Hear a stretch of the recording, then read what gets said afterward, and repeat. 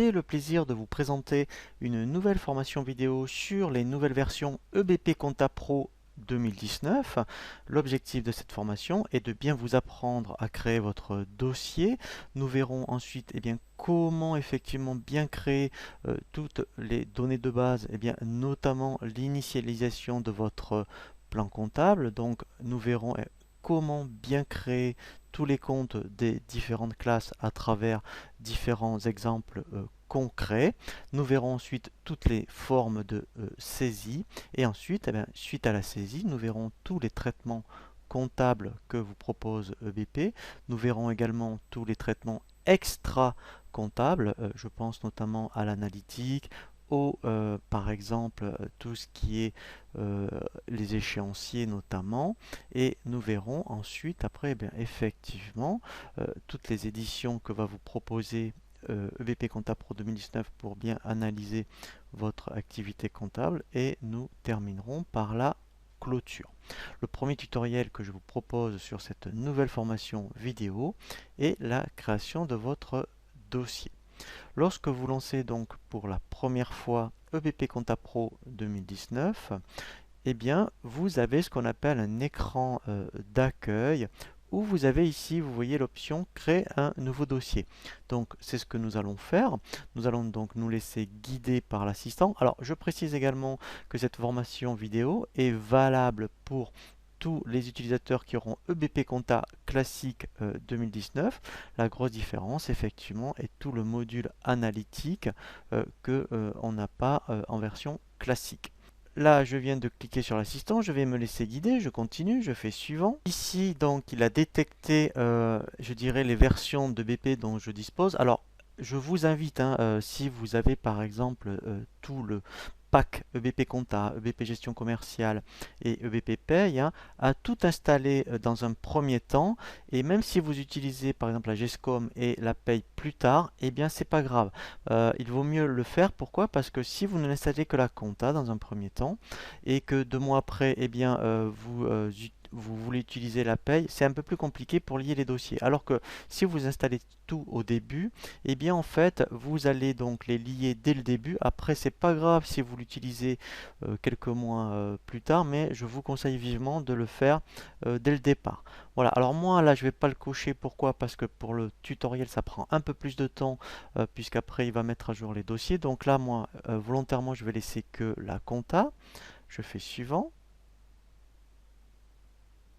Voilà, donc quand on est en version monoposte, il faut laisser l'option client-serveur. Je continue, je fais suivant. Ici donc je vais mettre le nom de mon dossier. Tout simplement je vais mettre formation EBP Compta 2019. Voilà, je fais suivant. Ici, dans un premier temps, il me demande toutes les informations administratives. Alors, moi, je vais remplir, pour gagner du temps pareil, uniquement l'adresse. Par exemple, voilà. Je vais mettre là. Alors, je vous conseille de le remplir en entier. Donc, moi, je fais suivant. Voilà, donc là, même principe, c'est vraiment, je dirais, de l'administratif. Donc là, ce sont les informations juridiques. Alors, je vous conseille dès à présent, si vous avez l'information, de bien mettre votre numéro de TVA Intracom. Alors, si vous ne l'avez pas, après je vous montrerai bien effectivement dans un tutoriel qui s'appelle les informations société, comment l'indiquer. Mais si vous l'avez, renseignez-le.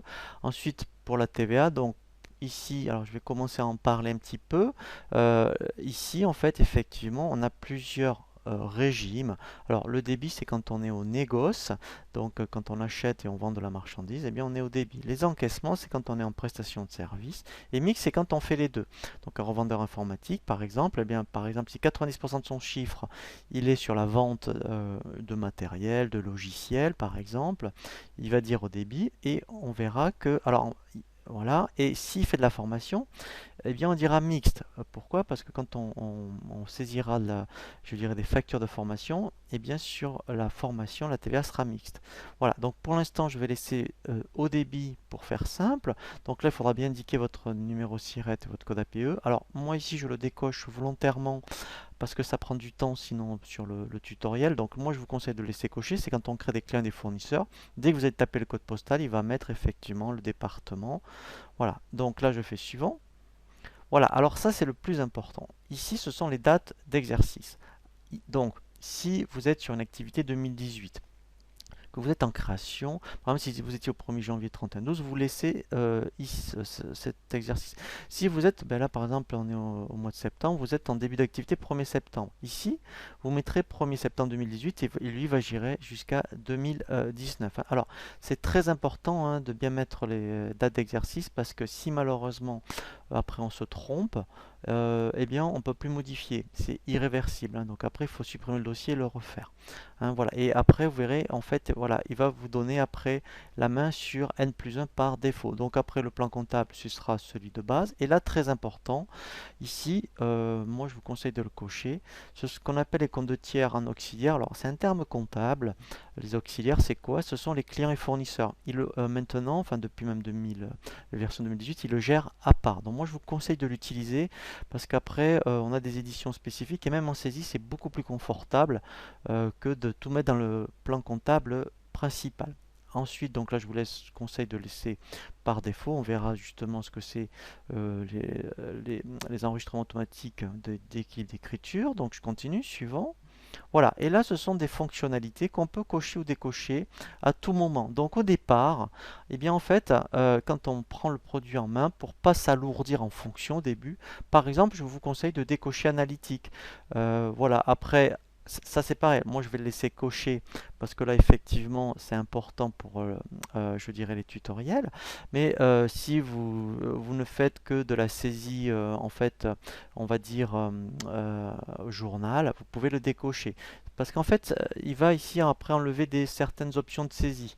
Voilà, alors chez qui est très sincèrement vous pouvez l'enlever. Ça n'existe, enfin cette fonctionnalité ne sert plus à rien depuis très longtemps. Voilà, et modèle de libellé on va le laisser. Et multidevise, on verra un tutoriel spécifique au multidevise. Et bien effectivement, si vous faites de l'import-export, ça vous sera très pratique. Mais au début, vous voyez, je vais laisser dans un premier temps le minimum pour que effectivement, eh bien, vous puissiez rentrer dans le produit. Et après, comme ce sont des fonctionnalités annexes, eh bien, je vais les activer au fur et à mesure. Donc là, je fais sur. Voilà, et là je fais lancer. Voilà, donc là il a terminé. Alors ici je vais faire uniquement utiliser mon dossier créé parce qu'en fait si vous avez que EBP Compta Pro, vous n'aurez pas cet écran. Voilà, donc là c'est ce que je vais faire. Là je fais fermer. Voilà, donc là mon dossier est bien créé. Ici vous voyez, je vois bien les dates d'exercice, 1er janvier 2018, 31/12. Et là vous voyez donc le nom de mon dossier. Nous allons voir maintenant un nouveau tutoriel sur l'ergonomie et la navigation.